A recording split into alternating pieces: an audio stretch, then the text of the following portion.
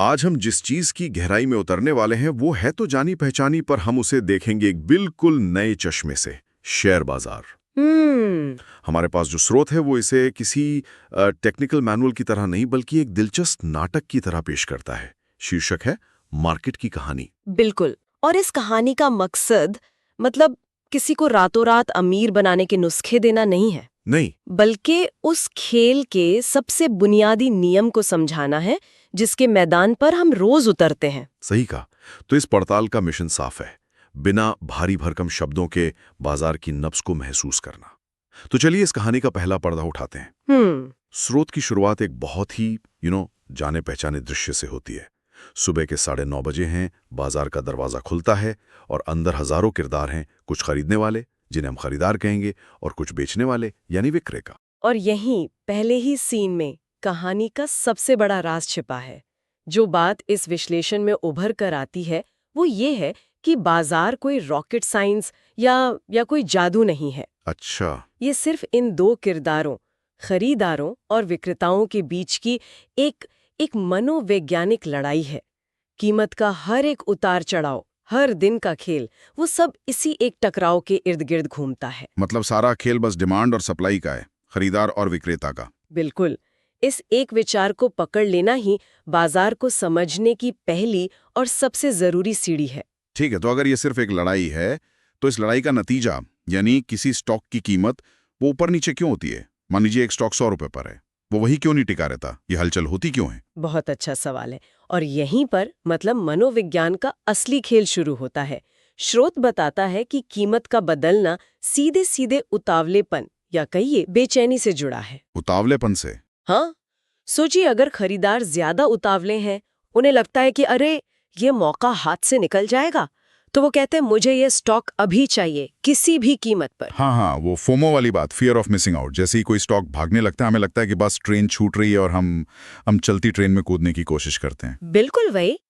तो एक खरीदार 100 रुपए 50 पैसे देने को तैयार होता है, दूसरा उसे देखकर 101 रुपए की बोली लगाता है। उनमें एक दूसरे से पहले माल उठाने की होड़ लग जाती है और नतीजा कीमत ऊपर भागती है। 101 रुपए, 102 रुपए, क्योंकि खरीदारों की तरफ बेचैनी ज्यादा है। और इसका उल्टा भी उतना ही सच होगा, है ना? अगर बेचने वालों में खलबली मची है, उन्हें डर है कि कीमत और गिरेगी, तो वो कहेंगे मुझे अभी बेचना है, जो भी कीमत मिले। बिल्कुल। कोई 99 रुपए 50 पैसे पर बेचने को तैयार हो जाएगा, कोई 99 रुपए पर। नतीजा ये होगा कि कीमत नीचे की ओर लुढ़कने लगती है। एकदम सही। तो यहाँ का मुख्य नियम जैसा इस कहानी में लिखा है, जिस तरफ के किरदारों में ज्यादा बेचैनी या उतावलापन होता है, कीमत उसी दिशा में भागती है। ये मांग और आपूर्ति का सीधा, कच्चा और सबसे असली खेल है। मतलब सारी कहानी बस इसी एक भावना के इर्द गिर्द है, किसकी बेचैनी ज्यादा है। बिल्कुल। चलिए, ये तो समझ आया। अब इस कहानी में हमारी एंट्री होती है एक आम रिटेल ट्रेडर या निवेशक की। हम इस बड़े से अखाड़े में उतरते हैं और यहीं पर स्रोत एक बहुत महत्वपूर्ण और शायद थोड़ी चौंकाने वाली बात कहता है। क्या? कि हम इस कहानी के हीरो नहीं हैं। ये एक बहुत बड़ा मानसिक बदलाव है और शायद सबसे जरूरी भी। ज्यादातर लोग बाजार में ये सोचकर आते हैं कि वे कुछ बड़ा करेंगे, अपनी समझ से बाजार को जीत लेंगे, वो बाहुबली बनेंगे। हाँ, सही है। लेकिन लेखक इस बात पे जोर देते हैं कि एक आम निवेशक न तो बाजार को नियंत्रित कर सकता है और न ही कोई नया ट्रेंड बना सकता है। हमारी पूंजी और ताकत इस समंदर में एक छोटी मछली जितनी है। पर ना, ये सुनने में थोड़ा पैसिव लगता है। क्या इसका मतलब ये है कि हमें अपनी रिसर्च, अपनी समझ का इस्तेमाल ही नहीं करना है? क्या आंख बंद करके बस ट्रेंड के पीछे भागना है? नहीं, बिल्कुल नहीं। स्रोत हमें एक नया नाम देता है, स्मार्ट फॉलोअर, ना कि ब्लाइंड फॉलोअर। Smart follower? हाँ, एक स्मार्ट फॉलोअर आंख बंद करके नहीं भागता। उसकी भूमिका एक जासूस की तरह है। आपको ये अनुमान नहीं लगाना है कि बाजार कहाँ जाएगा। अच्छा। बल्कि ये देखना है कि बाजार कहाँ जा रहा है और उसके पीछे के सुराग क्या हैं। नदी के बहाव के खिलाफ तैरकर हीरो बनने की कोशिश करने के बजाय एक स्मार्ट नाविक की तरह बहाव की दिशा में अपनी नाव चलाना ज्यादा समझदारी है। मतलब बाजार से लड़ना नहीं है? नहीं, बाजार के संकेतों को पढ़ना है और उसका अनुसरण करना है। अरे वाह, ये तो सोचने का पूरा नजरिया ही बदल देता है। मतलब मैं बाजार का राजा बनने की कोशिश कर रहा था, जबकि मुझे सिर्फ एक चतुर जासूस बनना है जो राजा की चालों पर नजर रखे। बिल्कुल। तो फिर सवाल उठता है कि अगर हम सिर्फ फॉलोवर हैं तो बाजार को चला कौन रहा है? इस नदी का बहाव तय कौन कर रहा है? और यही कहानी में असली विलन या कहिए असली किरदारों की एंट्री होती है, जिन्हें स्रोत बिग प्लेयर्स यानी बड़े खिलाड़ी कहता है। Big players. हाँ, ये है म्यूचुअल फंड, FIIs यानी विदेशी संस्थागत निवेशक और बड़े-बड़े ऑपरेटर्स। और इनके पास ऐसा क्या है जो हमारे पास नहीं? देखिए, इनके पास 3 बड़ी ताकतें हैं। पहला, बेहिसाब पैसा। इतना पैसा कि वो बाजार में एक बड़ी हलचल पैदा कर सकते हैं। दूसरा, बहुत ज्यादा धैर्य। वो महीनों यहाँ तक कि सालों तक अपनी पोजीशन बनाए रख सकते हैं, जबकि एक आम निवेशक कुछ दिन के नुकसान में ही घबरा जाता है। सही बात है। और तीसरा, ज्यादा शक्ति और जानकारी, जिससे वे बाजार को एक दिशा में प्रभावित करने की क्षमता रखते हैं। वैसा करते कैसे हैं? क्या वे जानबूझकर कीमत को ऊपर या नीचे ले जाते हैं ताकि हम जैसे छोटे निवेशक फंस जाएं? स्रोत की माने तो उनका काम करने का एक तरीका होता है। मान लीजिए उन्हें कोई स्टॉक खरीदना है, वो एक ही दिन में सारा माल नहीं उठाएंगे, वरना कीमत तो आसमान छू जाएगी। तो फिर वे धीरे धीरे चुपचाप हफ्तों तक थोड़ी थोड़ी खरीदारी करते हैं, ताकि बाजार में किसी को कानो कान खबर ना हो। तो क्या इसका कोई सुराग होता है? एक स्मार्ट फॉलोवर इसे कैसे पकड़ सकता है? हाँ, एक सुराग होता है, वॉल्यूम। अगर आप चार्ट पर वॉल्यूम देखें तो आपको दिखेगा कि कीमत ज्यादा नहीं बढ़ रही, लेकिन हर रोज सामान्य से ज्यादा शेयरों की खरीद बिक्री हो रही है। अच्छा। इसका मतलब है कि कोई बड़ा खिलाड़ी पर्दे के पीछे रहकर माल जमा कर रहा है। टेक्निकल भाषा में इसे एक्यूमुलेशन फेज कहते हैं। ये दौर तो बहुत बोरिंग लगता है। स्टॉक कहीं जा ही नहीं रहा होता। बिल्कुल।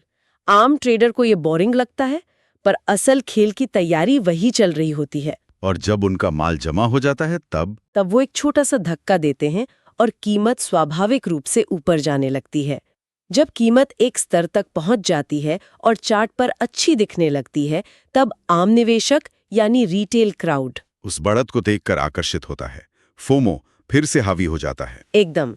और जैसे ही हम जैसे आम लोग खरीदना शुरू करते हैं, ठीक उसी समय बड़े खिलाड़ी अपना जमा किया हुआ माल हमें बेचना शुरू कर देते हैं। हाँ, और यहीं से स्रोत एक बहुत ही सीधी और शायद थोड़ी कड़वी सच्चाई बताता है। क्या है वो? वो कहते हैं, बाजार रिटेल को पैसा देने के लिए नहीं बना, बाजार रिटेल से पैसा लेने के लिए बना है। ये सुनने में तो बहुत डरावना लगता है। ये डरावना है, लेकिन ये एक हकीकत है।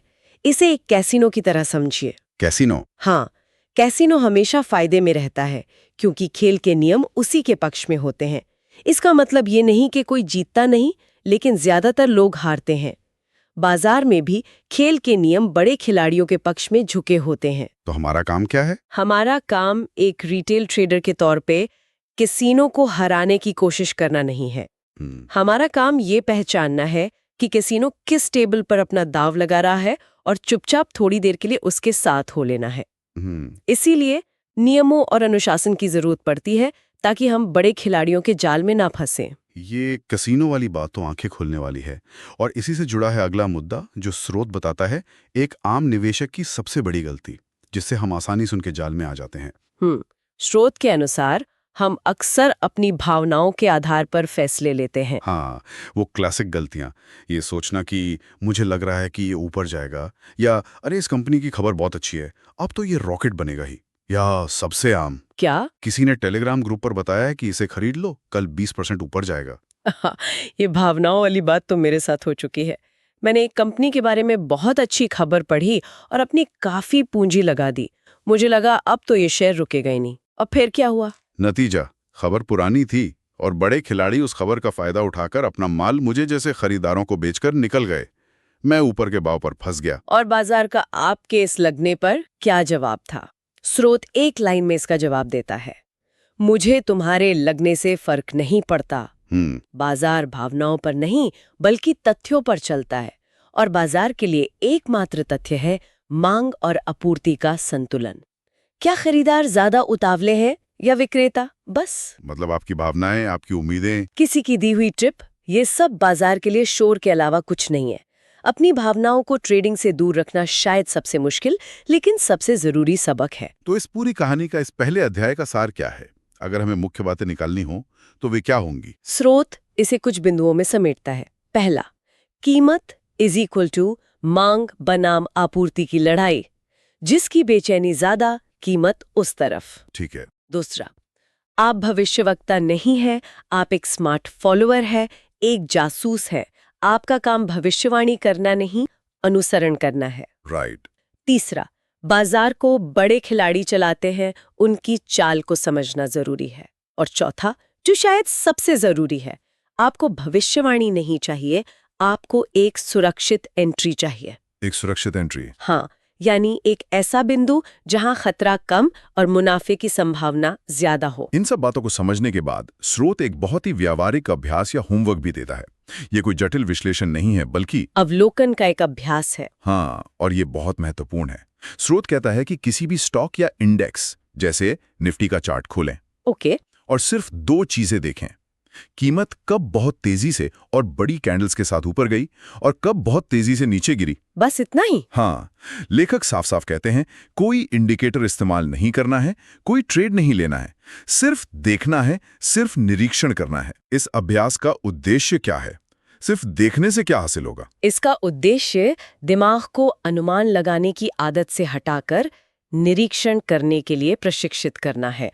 हम हमेशा ये सोचने की कोशिश करते हैं कि आगे क्या होगा। हाँ, बिल्कुल। ये अभ्यास हमें सिखाता है कि हम पहले ये देखें कि क्या हुआ था और कैसे हुआ था। इसे किसी और उदाहरण से समझा सकती हैं? बिल्कुल, ये वैसा ही है जैसे कोई जासूस किसी क्राइम सीन पर जाकर सिर्फ सुराग देखता है, फिंगरप्रिंट्स, पैरों के निशान, बिखरा हुआ सामान।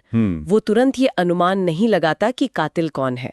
पहले सिर्फ देखो, सबूत इकट्ठे करो, पैटर्न को समझो, अनुमान लगाने का काम बाद में आएगा। अच्छा। जब आप बार बार चार्ट पर उन जगहों को देखेंगे जहां बड़ी हलचल हुई, तो आपका दिमाग धीरे धीरे उन पैटर्न को पहचानना शुरू कर देगा जो बड़े खिलाड़ियों के आने या जाने के संकेत देते हैं। ये बाजार की भाषा को पढ़ने की पहली सीढ़ी है।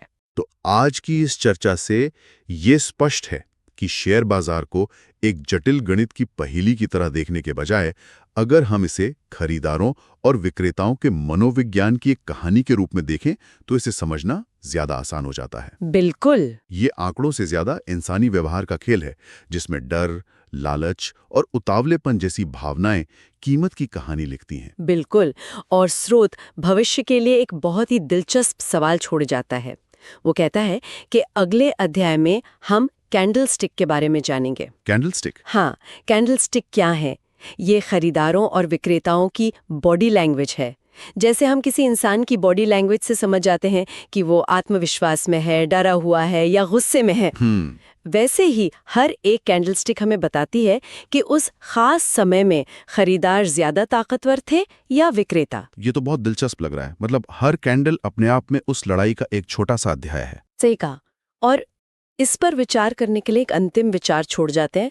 अगर कीमत का पूरा चार्ट बाजार की एक लंबी कहानी है, हाँ, तो क्या उस कहानी को लिखने वाली हर एक मोमबत्ती यानी हर कैंडलस्टिक अपने आप में एक शब्द या एक वाक्य हो सकती है? वाह! क्या हम सिर्फ कहानी को दूर से देखने के बजाय उसे शब्द दर शब्द पढ़ना भी सीख सकते हैं? शायद बाजार को समझने का